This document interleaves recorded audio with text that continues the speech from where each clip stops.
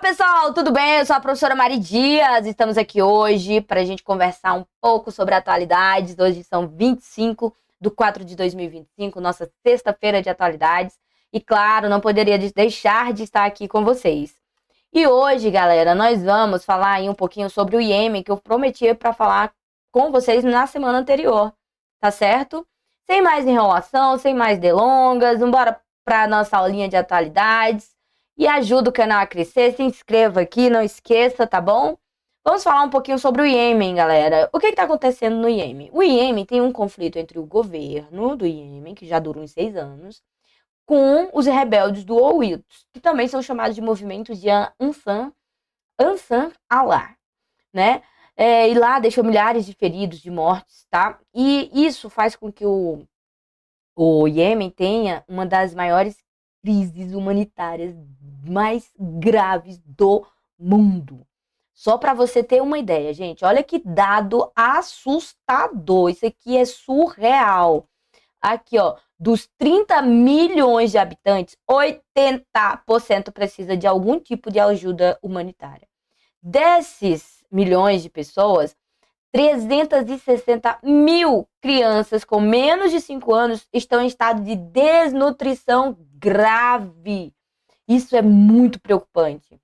Além disso, né, o país passa por um surto de cólera. Tu acredita? Cólera, tá? Mais de 150 mil casos suspeitos de cólera foram registrados. Estima-se que a maioria deles foram por causa da Covid. Aonde está o Iêmen? Só para você entender. Galera, eu trouxe esse mapinha aqui, que eu vou situar para vocês. Ó, consegue ver o mouse aí, ó, passeando por aqui? Lembrando, esse material vai estar disponível aqui na descrição do vídeo, como sempre, tá bom? Ó, aqui nós temos um canal importantíssimo chamado Canal de Suez, tá? Lá em cima, certo? Aqui embaixo nós temos um segundo canal que é chamado canal de Bab el Mandeb Strait. E lá em cima nós temos um outro estreito que se chama o canal ou estreito de Osmo. Bora lá. Esse primeiro estreito aqui, ele é comandado pelo Egito. É o Egito quem manda nele. Esse segundo estreito aqui, quem domina essa região é o Iêmen. Ó o Iêmenzinho aqui, ó. Ó, tô passando a mousezinho em cima dele, tá? E aqui em cima, quem domina esse outro estreito é o Irã. O que que tem de tão doido nessa região? Galera, eu estou falando da região do Oriente Médio. É aí onde você tem 60% da produção de petróleo do planeta. É por esses canais que passa muita mercadoria que vai em acesso à Europa. Ó, olha o mapinha mundi aqui embaixo, ó, esse blocozinho aqui, ó. Eles passam por aqui, ó, nesse quadradinho que tá em vermelho e acessam a Europa. Eu tô passando o mouse em cima, ó. E acessam a Europa. É um dos caminhos que se leva por esses canais, né? O de Bab, Suez e de Osmo. E aí, o Iêmen, ele quer controlar isso daqui. Inclusive, recentemente, o Iêmen e os Estados Unidos, como eu falei com vocês na aula anterior, eles estiveram em conflito. O Iêmen tem uma espécie de, ah, vamos supor assim, navios piratas ali nessa região do Golfo. E o caos, claro, gente, vai gerar caos, vai gerar fome, vai gerar necessidade humanitária. Quem tem dinheiro consegue sair do país, mas quem não tem, entendeu? Cólera, quem ouviu falar de cólera, né? Cólera era algo que ninguém tinha mais nem notícia sobre cólera, né, gente? E aí tem lá mais de milhares de pessoas, 150 mil pessoas, né, diagnosticadas com cólera e é surreal o que está acontecendo ali, ok? A gente sabe, por exemplo, que aqui, ó, onde eu estou apontando o mapa, você tem ali o conflito Israel-Palestina, aqui o Iraque nem se fala, o que já aconteceu no Iraque, aqui você tem a Arábia Saudita, os Estados Unidos da Arábia, que é o UEA, né? O Irã, aí você tem aqui para cima os estão, né? Paquistão, Afeganistão, Turmequistão, e assim vai, né? Todos os estãos. Ali é o Oriente Médio. Beleza, bora caminhar aqui, ó. Por que a decisão da China de restringir as exportações de terras raras é duro golpe para os Estados Unidos? Galera, que bagaceiros Estados Unidos e China, que montanha russa. E aí, o que que acontece? Gente, o que que são as terras raras? Essas terras raras, elas são essenciais na produção de tecnologia. Só para você ter uma ideia do que é isso, com as terras raras, os Estados Unidos, por exemplo, produz os superímãs que vai nos jatos, vai nos mísseis, né? Que é o superímã quem faz com que o míssel chegue no local certinho.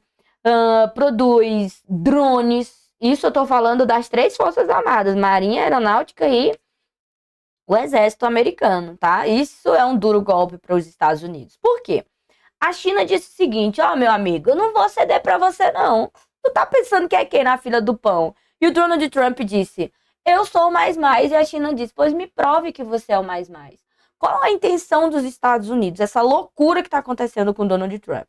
Ele quer reindustrializar os Estados Unidos. Mas pensa comigo, bora pensar de uma maneira lógica. Eu vou até abrir um pouquinho aqui a tela. Pensa junto comigo. Meu amigo, se tu tem uma indústria, se tu tem pessoas capacitadas, se você tem. Meu cachorrinho aqui, gente, desculpa. Se você tem uma mão de obra capacitada, se você já produz, se você tem comércio com o mundo inteiro, tu vai mesmo tirar a tua empresa do teu país e mandar para os Estados Unidos, que tem um custo muito alto. E aí você vai pegar e vai se desindustrializar para mandar para os Estados Unidos. É sério que esse mundo funciona como os Estados Unidos quer? Ele ainda pensa que ainda está na década de 50, 60, 70, né? Que eu tô chegando ali na parte de Guerra Fria, que vai ter uma aula só sobre Guerra Fria aqui no meu canal. Tem aulas aqui só de geografia para você que faz vestibular, tá bom? Então, essas terras raras, elas também têm um domínio gigantesco da China. Só para você ter uma ideia, galera. A China, para fazer a extração dessas terras raras, deixa eu voltar aqui. Você precisa ter o domínio da extração. E a China tem 92% de eficácia no domínio da extração desses minérios. E tem sozinha 60% desses minérios. Deixa eu ver se aqui na reportagem traz alguns exemplos do que é produzido isso. Deixa eu ver aqui. Aqui, ó. O que são as terras raras e para que serve? As terras raras são um grupo de 17 elementos quimicamente similares que são fundamentais para a fabricação de produtos de alta tecnologia. A maioria delas é abundante na natureza, mas são chamadas de raras porque é muito difícil encontrá-las de forma pura. A sua extração é muito arriscada, acabei de falar, né? E quem domina essa extração? Tem que ter isso também, né? Ok, ó, ele te dá um nome aqui de 3, né?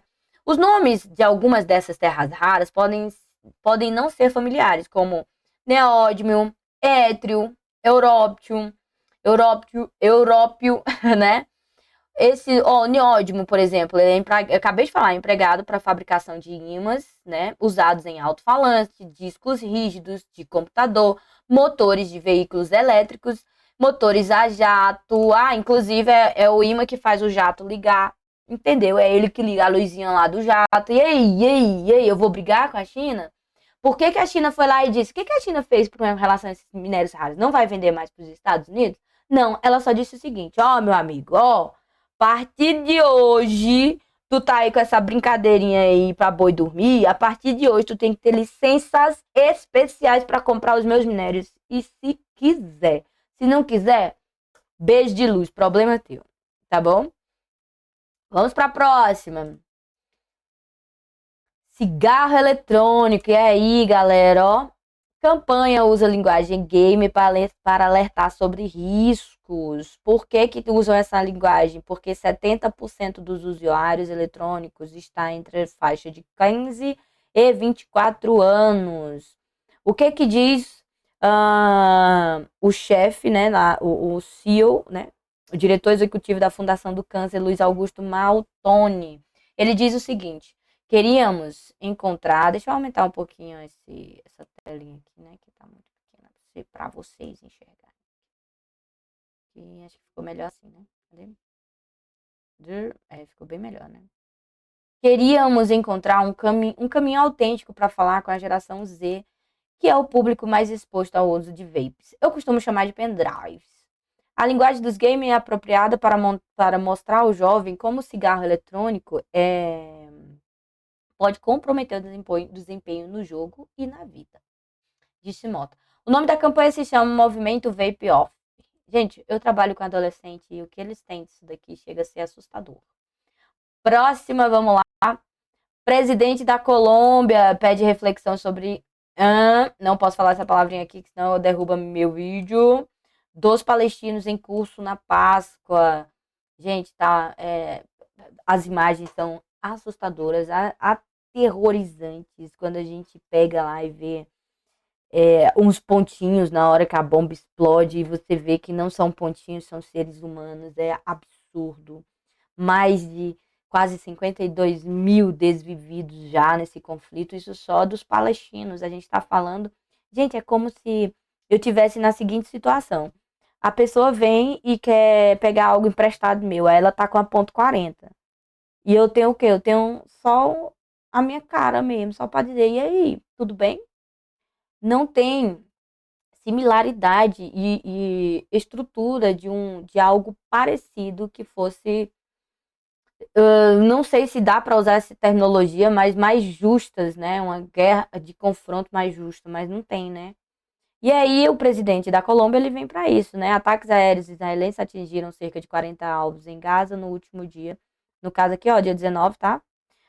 Sendo a maioria crianças em campos de deslocados, né? Que foram as tendas. Eu trouxe essa notícia para vocês lá na semana passada.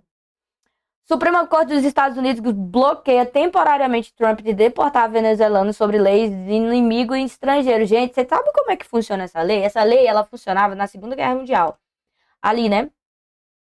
E aí, o que que acontecia? Eles podem levar essas pessoas, por exemplo, Segunda Guerra Mundial não, aplicadas em guerras, para a ilha de Cuba, onde tem a prisão lá dos Estados Unidos, que se chama Guantánamo, né? Cara, lá não funciona nada, lá não tem direito de nada. Lá você sair vivo já é um feito, tá bom? E aí, nós vamos para a seguinte: Putin declara trégua de Páscoa, ok? Na guerra no leste europeu. Ele declarou essa pausa, né? E vamos lá, ó. As ações militares da Rússia serão pausadas durante 30 horas, mas as tropas deverão estar prontas para revidar eventuais ataques ucranianos, disse Putin. Apesar disso, oficiais ucranianos dizem que a ofensiva russa não foi paralisada. Gente, num conflito, a primeira coisa que morre é a verdade, tá? Eita, mas me dá uma agonia dentro da alma quanto vem esse tanto de propaganda. Gente, por isso que tem tanto link meu que vai lá no ICL Notícia, porque é um site que não tem propaganda, né? Eu e Irã voltam a conversar sobre questões nucleares. A segunda rodada de reuniões entre as nações acontece nesse sábado em Roma. Estados Unidos e Irã voltaram a se encontrar para a segunda rodada de conversas sobre o programa nuclear de Teherã. As delegações lideradas pelo envio de Trump para o Oriente Médio, Steve Wojtkov, e pelos ministros das Relações Exteriores iranianos, Abbas Araghchi, estarão juntos nesse sábado em Roma. Isso eu tô falando de 19 de abril.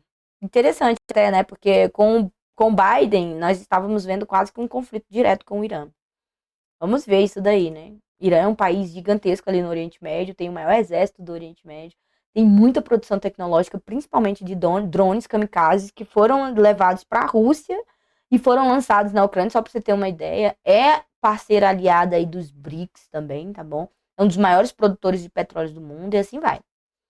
É quem manda no Estreito de Osmo, né? Que é onde sai dali o petróleo do Oriente Médio para o resto do mundo.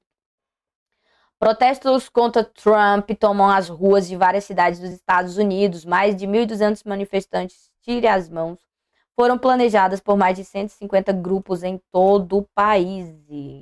Em todo o país, né? Opositores do governo de Trump foram às ruas de comunidades grandes e pequenas nos Estados Unidos no sábado, denunciando o que vem como ameaça aos ideais da democracia do país. E aí, o apoio popular de Trump tá baixinho, tá? Vamos ver aí, né? Próximo, em um artigo exclusivo, o líder do governo na Câmara defende regulamentação das plataformas digitais. Gente, Se você não tá no mundinho de Nárnia, você sabe o que tá acontecendo com os adolescentes, com os jovens, crianças, entendeu? Recentemente nós tivemos alguns adolescentes desvivendo por conta de desafios rolados na internet, outras situações bizarras que eu não posso nem falar aqui, que a gente olha para isso e diz, não é possível que isso está acontecendo. Os pais não estão conseguindo acompanhar a velocidade das redes sociais, seus filhos fazem coisas, situações que os pais não acompanham. Foi necessária uma ação do governo federal para a retirada do uso do celular na sala de aula, que está sendo um desafio absurdo nas salas de aulas, por exemplo, na escola onde eu trabalho. Aqui no Distrito Federal houve um caso onde o professor ele foi agredido porque ele tirou, teve problema, tirou não, né? Teve problema com relação ao celular do aluno e aí reteu o celular, a direção, envolveu um monte de gente e o professor foi espancado, tá? Então, é urgente essa situação com a questão das redes sociais. Eles já estão com códigos novos conversando, que uma figurinha de coração pra gente significa um coração, pra eles, dependendo da cor, é outra coisa, tá? As redes sociais precisam ser transformadas num lugar de harmonia social, da cidadania e da democracia, afirma. Ó, essa aqui foi uma dessas questões, tá? Vamos ler essa reportagem. A terra de ninguém, que são as redes sociais, está cada vez mais perigosa. De crianças e adolescentes que são vítimas de criminosos, manipuladores, causadores de danos psicológicos e até mortes. As estratégias políticas transnacionais que disseminam fake news para influenciar em eleições. Há todo tipo de delinquente no ambiente virtual. As big techs são permissivas ou cúmplices desses delitos e se eximem de qualquer responsabilidade. Nessa blindagem acabam beneficiando um vácuo na legislação brasileira que não saiu dos tempos analógicos. A necessidade urgente de utilização das leis nacionais quase foi suprida pelo Congresso, que chegou a esboçar a criação de um projeto de regulamentação nas plataformas e a responsabilização das Big Techs. Isso deu um rebuliço ano passado, um rebuliço, porque nós temos um parlamento extremamente conservador. O pior parlamento da história. Entendeu? Que aquelas pessoas que estão lá, olha, não dá nem para mensurar a quantidade de neurônio que tem na cabeça daquela galera que tá lá. E eles são maioria, infelizmente. Então, assim, a moderação dentro da política brasileira não tá tendo. Nós estamos vivendo com o extremo. É um absurdo, né? No entanto, o lobby das gigantes internacionais venceu. Arthur Lira, então presidente da Câmara, engavetou o texto preliminar elaborado pelo deputado Orlando Silva, do PCdoB de São Paulo. E desde então nada foi feito. Tragédias recentes originadas nas redes sociais, como a morte de uma menina de 7 anos que participou de um desafio de desviver na internet, tem chamado a atenção da opinião pública. O Brasil está perplexo diante do efeito deletério das telas e telinhas. Você entendeu o desafio? Olha, isso tem que ser revisto, tem que ser revisto, tem que ser revisto, tem que fazer. Se é crime ao vivo e a cores, tem que ser crime também nas redes sociais. Não dá para viver assim, não dá, tá demais. Mercado de apostas tem favorito para novo Papa, né? A gente sabe que o Papa Francisco, infelizmente, e não está mais entre nós, um grande líder religioso, uma pessoa muito benquista no mundo. Ele quebrou tabus dentro da Igreja Católica e aí nós estamos vivenciando, inclusive amanhã, né? Dia 26 de abril, nós teremos ali a última fase do velório, a primeira fase do velório, tem todo um processo, né? E aí vai começar o conclave, a escolha do novo Papa. E entre um deles está esse senhor aqui. O nome dele se chama. Cadê aqui? Pietro Parolin. Ele é italiano, tá? Reúne 37% das apostas. Ele era uma espécie do vice do Papa, né? Conhecido como vice do Papa por ocupar o segundo posto mais alto da hierarquia da igreja, Parolin reúne 37% das apostas, segundo dados atualizados da plataforma Descentraliza, que opera com base na tecnologia do blockchain. E depois abaixo dele vem Luiz Antônio, né? E aí depois vem Peter Erdogan e assim vai. Muitos estão apostando em um papa negro, né? Um papa africano. Eu não sei, tá tudo muito certo. Tá tudo muito incerto, muito incerto. A gente viu, quando você olha as cadeirinhas lá da bancada que escolhe essas pessoas, que escolhe o novo papa, a maioria são conservadores, extremamente conservadores. Não sei como vai ser a escolha do novo papa. Vamos caminhar e esperar as novas decisões que estão por vir, certo? Então, caminhamos mais um pouquinho. O Brasil reduz 70% da área de queimadas no primeiro trimestre de 2025. É um ótimo número, mas isso ainda não é suficiente para conter o que está acontecendo com relação às queimadas. A gente está chegando agora em maio para junho, julho, aí começa aqui na região do Cerrado, a bagaceira que é, né? Nos 3 primeiros meses de 2025, a extensão de todas as áreas atingidas por queimadas no país somou cerca de 912 mil hectares, na comparação no mesmo ano anterior, que foi de 2 milhões de hectares, uma redução gigantesca, né? Ó, lembrando que todas essas reportagens estarão aqui no materialzinho que eu deixo aqui, anexados para vocês. É só clicar no link, vai lá e abre. Você pode ler a reportagem completinha, tá certo? Presidente do INSS é afastado em operação da CGU e PF, que apura fraude em convênios. Galera, olha o que essa galera estava fazendo. Um rombo de mais de 6 bilhões de reais de aposentados. Que fela das gaitas, para não dizer outra coisa. Que falta de respeito com o povo brasileiro, com o povo que já trabalhou tanto, que já fez tanto pelo país. Está recebendo ali uma miséria para sobreviver, porque um salário mínimo é uma miséria de aposentadoria. E ainda assim, essa cambada, ela vai lá e se junta para tirar dinheiro dessa população. É absurdo, é abjeto. O que eles faziam? Através de alguns sindicatos, em coloio aí com vários servidores, mais de 200 pessoas, foram feitas apreensões no Brasil inteiro. Eles iam lá e faziam descontos indevidos, falsificavam assinatura. Aí, alguns idosos que não têm letramento, que não entendem, eles acabaram não denunciando. Só que teve uma quantidade de denúncias gigantescas que a CGU disse: oxente, pera ainda, tem denúncia demais. E o INSS não está apurando isso aqui, por que não está apurando? Eu quero saber. Aí, em 2023, começou essas apurações.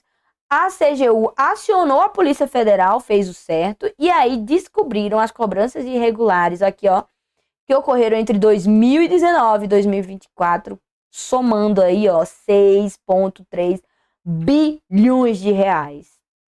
Recentemente, a CGU veio a público e disse: olha, a gente vai fazer a devolução desse dinheiro, o caso vai ser apurado, vai ter que ter apreensão e muitas coisas. Inclusive, o presidente do INSS ele foi afastado e assim, eu espero que resolva e que essas pessoas elas tenham direito ao reembolso do dinheirinho delas, que faz uma diferença danada na vida desse povo.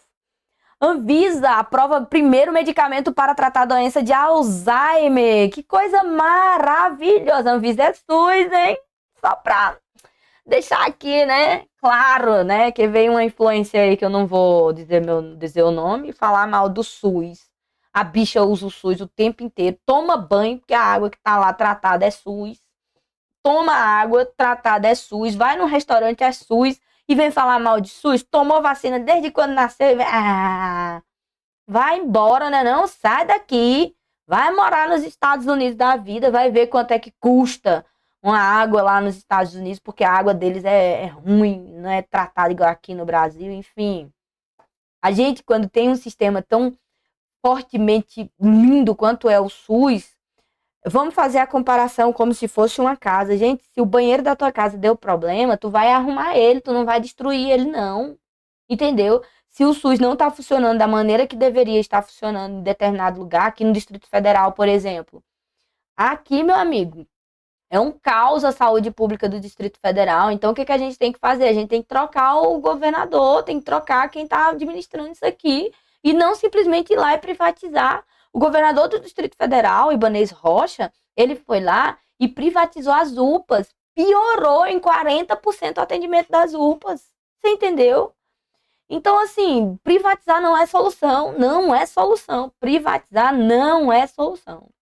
Então, Vamos ler um pouquinho isso aqui. A Anvisa aprovou nesta terça-feira, dia 22, o primeiro medicamento indicado para tratamento de comprometimento cognitivo leve ou demência associada a Alzheimer. Que lindo! Fabricado pela farmacêutica Eli Lilly, é um anticorpo monoclonal que se liga à proteína beta-amiloide na doença de Alzheimer. Aglomerados de proteína beta-amiloide formam placas no cérebro e o medicamento atua agindo-se a esses aglomerados e reduzindo-os. Que coisa fantástica, né? Um estudo feito em 8 países com mais de 1.700 pacientes, né? O estágio inicial mostrou que com o remédio, né, 700 miligramas de medicamento, a cada 4 semanas, nas 3 primeiras doses, depois disso caiu de 1.700 para 1.400 miligramas na sétima sexta semana. Os pacientes todos tratados apresentaram progressão clínica menor. Que coisa maravilhosa, né? É esse danadinho aqui, ó. Vai dar certo, vai dar certo. Quem tem alguém que sofre com essa doença sabe o problema que é, a situação que é. Após a reação dos mercados, Trump volta atrás e diz que não tem planos de demitir Jeremy Powell. Quem é esse serzinho aqui, gente? Ele só é o presidente do Banco Central, que é o Fed norte-americano, tá bom? É como se fosse o Banco Central aqui do Brasil, né? O que que tá acontecendo entre os dois? Eles dizem o seguinte, ó. O Trump quer reduzir a taxa de juros, ele não quer, tá ali entre 4,25% e 4,50% desde dezembro. E aí eles estão nesse conflito, só que o Trump veio a público, viu que não deu muito certo questionar o Jerome. E aí ele disse, não vou demitir ele não, tava só brincando, para aí. Eu não sei em que mundinho e qual planeta e qual orientação o Trump tá tendo, mas olha, ele tá contribuindo para a decadência do Império Norte-Americano. Lucro da Tesla cai em 71% no primeiro trimestre, mas ações sobem após Musk prometer dedicar menos tempo ao governo. Inclusive, ele deu uma saidinha ali. Não é que ele saiu, ele pediu um afastamentozinho ali do governo Trump. Não sei se saiu, né? Porque a gente tá aqui gravando. Eu não sei quando essa aula voltar. Ele já saiu de vez, mas vamos nessa. O bilionário prometeu que a partir de maio vai trabalhar menos horas no Doge, onde ele prometeu demissão em massa. Gente, desde quando o Musk, na posse do Trump, ele fez aquele gestozinho que ele disse que era um gesto grego e a gente sabe que não foi. No mundo inteiro houve revolta, gente queimando os carros da Tesla, confusão, depredando lojas. Nos Estados Unidos, a galera com vergonha de andar com os carros da Tesla. Na Europa, mesmo assim. E assim foi, né? Efeito Trump, efeito atitudes aí do dono da Tesla e assim vai. Vamos aí falar de China, né? China inaugurou a primeira rede banda larga de 10 gigas do mundo, permitindo a velocidade de até 10 gigabytes por segundo. Meu Jesus, amado, consigo nem imaginar um negócio desse. A China está à frente, está em outro patamar, né? E aí, o que ele faz aqui, ó? China deu um passo à frente na corrida de conectividade global ao lançar a primeira rede de banda larga de 10 gigas do mundo. Essa infraestrutura futurística está em Xiaogan. O projeto faz parte de um plano ambicioso para transformar a região em um polo de inovação com velocidade ultra rápida para aplicação em cidades inteligentes, carros autônomos, realidade virtual e muito mais. Que é isso? A China está em 2050, faz tempo. Nós aqui tentando fazer um vídeo, né? A ação pede 1 bilhão da Starbucks para indenizar brasileiros escravizados no café. A NG americana alega que 8 trabalhadores na fazenda de minas de café de Minas Gerais foram traficados e submetidos a trabalhos forçados em propriedades fornecedoras da Starbucks. Galera, a gente sabe que é um problema muito sério aqui no Brasil, esses trabalhos análogos à escravidão, que são aqueles trabalhos que a gente chama de sazonal, né? É uma movimentação sazonal dentro da geografia. Quando você sai de uma região para outra, vai trabalhar no período de safra. Safra do café, da cana-de-açúcar, da uva. Só que acaba chegando a essas promessas, né? Promessas de trabalhos e tudo mais. A pessoa. Vou dar um exemplo aqui. Chega uma pessoa e faz uma promessa, ó, vamos trabalhar pra mim? E aí eu pago sua passagem de ida, de volta, pago sua hospedagem e depois com o trabalho você me paga. Só que o acordo do dinheiro, vamos supor, é R$ 1.000, só que os custos é 1.500, ela não vai conseguir pagar nunca. E vira um ciclo. É escravidão, meu amigo. É escravidão. Vamos à próxima. Moraes rejeita recursos de Collor e autoriza prendê-lo. Galera, o Collor foi preso. O ex-presidente foi condenado a 8 anos e 10 meses por corrupção e lavagem de dinheiro. Caso que envolve propina. Misericórdia, essas propagandas desses sites. G1. Caso envolve propina e negócio da BR Distribuidora. Plenário virtual vai decidir se confirma ou revoga a decisão de Moraes. Já confirmou, ele foi preso, tá bom? Agente da ABIN relata como o governo Bolsonaro ignorou alertas sobre pandemia. Livro escrito durante o governo Lula expõe pela primeira vez as dificuldades dos servidores da ABIN durante a gestão de Alexandre Ramagem na pandemia. Grave, grave demais isso daqui. Até porque essa negligência do governo anterior levou a milhares e milhares de pessoas mortas que poderiam ser evitadas aí na pandemia. Desculpa a palavra, não posso falar essa palavra, meu Deus. Mesa da Câmara caça mandato de Chiquinho Brazão por ausência às sessões. Claro, ele tá preso. Foi o cara lá que mandou aquele atentado contra Marielle Franco. Só que é um problema. Eles estão fazendo isso, mas não estão querendo tirar os direitos... como que chama? Os direitos eleitorais dele. Olha só. Mas, olha, sinceramente, gente, olha, a gente tem que saber em quem vota, galera. A gente tem que saber em quem vota. A gente tem que entender que quem governa de fato o país não é o presidente da República. Quem faz com que haja uma governabilidade dentro de qualquer país, nesse sistema, é a Câmara. Precisa da Câmara para poder movimentar tudo isso.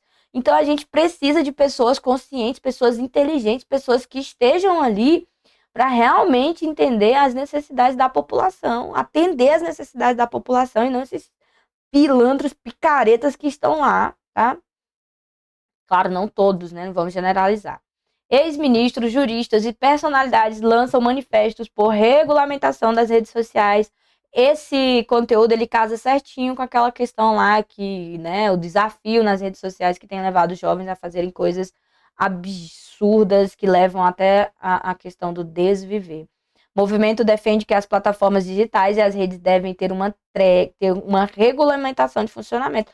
Com certeza, né? Com certeza, com toda a certeza do mundo. Dia 20, quanto isso aqui? Dia 25, ó. China nega de novo negociação com Trump. Imprensa internacional afirma que o país estaria estudando um alívio tarifário para os produtos dos Estados Unidos. Meu amigo. Segundo a reportagem do jornal inglês Financial Times, entre as empresas que devem ter redução de impostos estão algumas do setor de aviação e produtos químicos industriais, hein? Ó, as terrinhas raras, os jatos da Boeing, que a China disse, o governo chinês disse, ó, ninguém mais compra jato aí dos Estados Unidos, dê meia volta, vá-te embora. Vá-te embora. E aí os Estados Unidos disse, vala, minha Nossa Senhora, oh, foi mal aí, foi sem querer, eu tava brincando. Mas a China não voltou atrás, tá bom? A China disse, quer brigar? Então bora brigar. Trump afirma que Brasil ficou rico por conta das tarifas dos Estados Unidos. Repara, ele está dizendo que o mundo inteiro está do jeito que está porque eles cobraram tarifa dos Estados Unidos. Eu não sei o que o Trump está bebendo, eu não sei o que ele está comendo, mas que tem tóxico dentro, tem. Porque não é possível, não é possível. Minha Casa Minha Vida doará casas a pessoas em situação de rua. Gente, que coisa fantástica! Que coisa fantástica! A expectativa é cerca de 1.000 unidades no primeiro lote. Vão ser mais de 38 municípios. Foi feito um estudo muito grandioso aí sobre a questão dessa população de rua. Eu acho que tem direitos, são direitos básicos da sociedade. A pessoa tem que ter onde morar. No Brasil, a gente tem mais casa do que gente para morar nas casas, não é? Esses programas, eles devem existir, eles precisam ter continuidade, porque é um direito, sabe? É um direito social. Vamos aqui o que o ministro Jardim Filhos falou.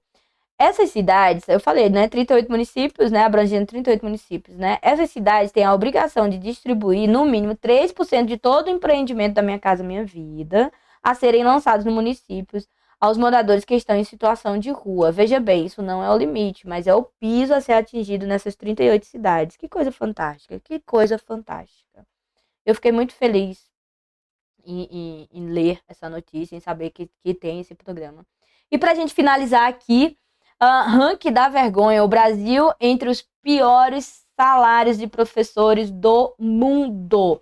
Eu já trouxe para vocês que o Brasil está com dificuldade nas universidades, Brasil afora, com relação aos cursos de licenciaturas nas universidades, está esvaziados. Nós podemos ter um apagão de professores nos próximos anos, na próxima década, ou seja, já é a próxima geração de menino rei que não vai ter professor. Nós temos um desafio gigantesco na questão de nossos alunos quererem atuar nessa profissão, não por outras coisas. Por quê? Sabe, desvalorização do docente no Brasil, você tem os piores salários, você tem uma carga horária gigantesca. Inclusive, eu pausei aqui para fazer a gravação desse vídeo, mas eu estou mexendo com diários, né? Porque o diário aqui no Distrito Federal foi entregue com muito atraso, a gente nunca tem um negócio certinho que a gente está ali, começou o ano letivo, já está funcionando, a gente já vai fazendo aquilo tudo. Há uma sobrecarga de trabalho muito grande. Vamos ao que diz a reportagem. Essa aqui eu vou ler inteira para a gente encerrar, tá? Ser professor no Brasil tornou-se uma prática de resistência cotidiana. Não há apenas o contra-cheque que denuncia, também o excesso de exigência, o abandono institucional e a constante exposição ao risco. Acabei de falar que o professor foi agredido porque ele falou sobre a questão do salário do menino em sala de aula, né? Eu fiz um avaliativo em sala de aula e um dos maiores problemas que eu tive com as minhas turmas era o celular e fui avaliando eles negativamente. Foi um caos nas minhas salas. Não queriam aceitar de jeito nenhum, mas ainda bem que eu trabalho em uma escola que é numa periferia, mas a gente tem uma comunidade muito maravilhosa, que nossos alunos eles são muito boníssimos e educadíssimos, tá?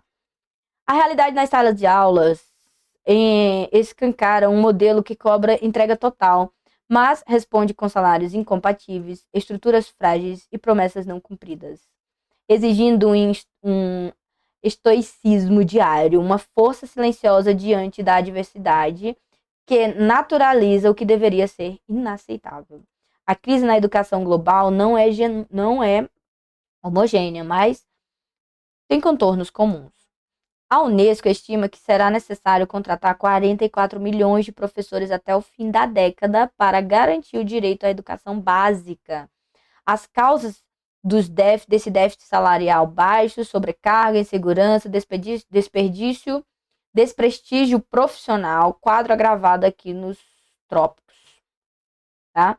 O mesmo relatório aponta que países que investem 40 milhões, gente, é para o mundo inteiro, tá? O mesmo relatório aponta que em países que investem na valorização docente tem melhores indicadores educacionais, menor evasão, mais inclusão e menos violência nas escolas. Óbvio, isso é óbvio, né? Já o Instituto de Estatística da Unesco, o UIS, revela que 60% dos professores ganham menos que profissionais da mesma formação. Que doideira, né? No Brasil, a desigualdade é ainda mais gigante. Professores ganham, em média, 40% a menos do que outros profissionais com a mesma formação. Como assim? Olha, imagina só. Para eu ser professora, eu tenho que ter uma formação superior. E não só formação superior, eu tenho formação, tenho pós-graduação, tenho uma dupla formação. E aí, um profissional, suponhamos, da área da saúde, que também tem uma pós-graduação, que tem uma formação superior, ele ganha 40% a mais do que eu. Entendeu? E aqui, ó, já segundo a OCDE, o Brasil, olha que dado horroroso, né? O Brasil paga aos professores menos da metade da média internacional. Ainda de acordo com a OCDE, o professor brasileiro ganha cerca de 23 mil por ano, dólares por ano, na Suíça 92 mil. Comparar Brasil com a Suíça. Estados Unidos, 85 mil. Aliás, na Alemanha, 85 mil, nos Estados Unidos, 49 mil. Essa disparidade revela uma hierarquia global da decorrência de que, no Brasil, no caso do Brasil, não se justifica por limitações econômicas. O país tem recursos e estruturas para fazer diferente. E tem mesmo. Gente, e eu agradeço a todos vocês que ficaram até aqui. Muito obrigada. Semana que vem a gente já volta de novo aí com as nossas atualidades semanais. Eu espero que vocês estejam gostando. Se você ficou até aqui o finalzinho, por favor, se inscreva. Tem também um linkzinho aqui do Apoia-se, né? Porque eu quero fazer desse canal um canal que é um cursinho gratuito para todo mundo. Tô começando ainda esse projeto. Quem sabe eu consiga arrecadar fundos para contratar pessoas para me ajudar a fazer daqui um lugar top, voltado aí principalmente para a periferia. E mais uma vez, eu agradeço. Muito, muito, muito, muito obrigada. Até a próxima. Tchau!